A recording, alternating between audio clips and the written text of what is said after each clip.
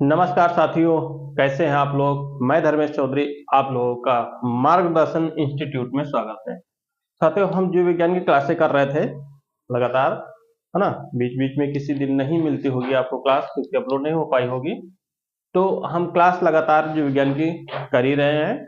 लगभग लगभग इसमें काफी आधे प्रश्न हो गए होंगे, है ना। दो चार वीडियो और बनाने इस पे, फिर आपका जीव विज्ञान का पूरा पोर्शन समाप्त हो जाएगा। तो आज कुछ प्रश्न और लेके आए हैं आपको बताने के लिए।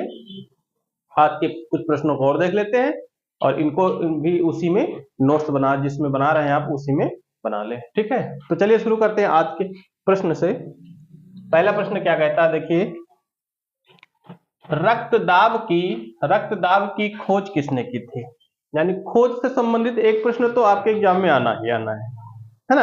एक प्रश्न खोज से संबंधित आपके एग्जाम में आएगा, तो आप खोज वाले जरूर याद करके, काफी हमने जितने भी मतलब साइंस से संबंधित खोज वाले थे मैंने बताया है आपको। ठीक है, तो आप एक बार वीडियो जो अगर नहीं देखे हैं तो पीछे जाके प्ले लिस्ट बनी हुई है, आप वहां पे जाके देख सकते हैं। रक्तदाब की खोज किसने की थी। तो भैया रक्तदाब की खोज किसने की थी। हेल्स ने की थी। किसने। हेल्स ने। रक्तदाब की खोज के बारे में पूछा जाए आपसे किसने की थी, तो भैया हेल्स ने की थी। किसने। हेल्स ने।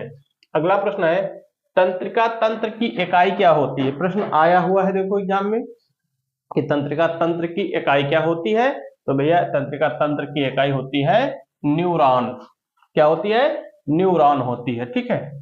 अगला है रतौंधी से। देखो बेटा, ये रतौंधी वाला प्रश्न हमेशा आता है, बस थोड़ा सा घुमा के पूछता है ना। इसके पूछने का तरीका अलग। अब यहाँ पे देखो क्या पूछा, रतौंधी का प्रमुख कारण क्या है। अब इसने कहा रतौंधी का प्रमुख कारण क्या है। तो भैया रतौंधी का प्रमुख कारण है रेटिनॉल की कमी, है ना। रेटिनॉल की कमी, या फिर आप कह सकते हैं विटामिन ए की कमी, है ना, जिसको कहते हैं रेटिनॉल की कमी। दूरदर्शिता दर्शिता दोष में वस्तु की फोकस बिंदु कहाँ होती है। जो दूरदृष्टि होती है, जैसे दूरदर्शिता दोष में जैसे कहते हैं ना, हमको दूर की चीजें नहीं दिखाई देती हैं, तो उस स्थिति में फोकस बिंदु कहाँ होता है। तो भैया फोकस बिंदु उस समय कहाँ पर होता है, रेटिना के पीछे होता है हमेशा। कहाँ होता है, रेटिना के पीछे। देखो इससे संबंधित प्रश्न हमेशा आया करते हैं, है ना। आंख वाले से संबंधित, लेंस से संबंधित, उत्तल लेंस अवतल लेंस जो भी है, इससे पूछता रहता है। ठीक। अगला प्रश्न है, अंतःस्रावी विज्ञान का पिता कहा जाता है। लो एक प्रश्न और आ गया ना। अंतःस्रावी विज्ञान का पिता कहा जाता है, तो भाई अंतःस्रावी विज्ञान का पिता किसे कहा जाता है।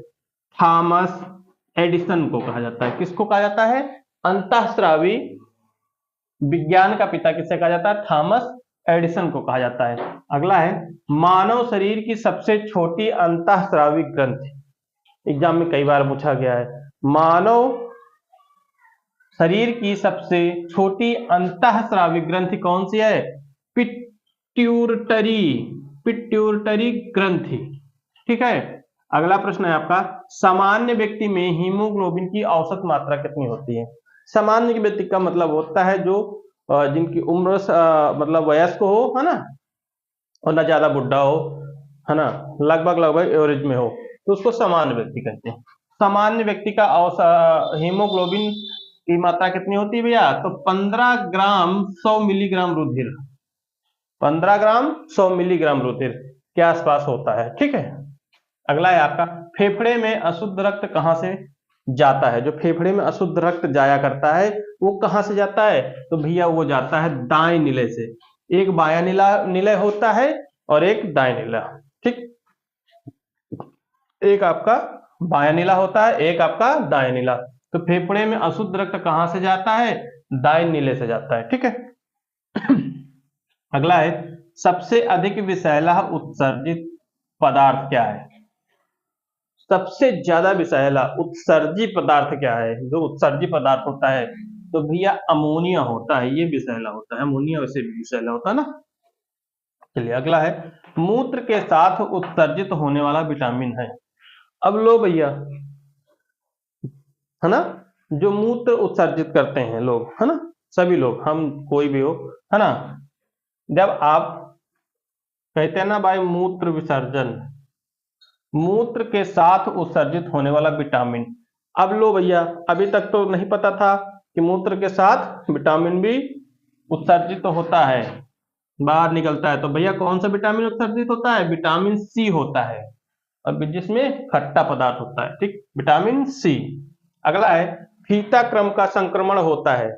जो फीता नामक एक संक्रमण होता है वो किसकी वजह से होता है? पूछा गया है कि फीता क्रम का संक्रमण होता है, तो भैया ये होता है सुअर का अधपका मांस खाने से।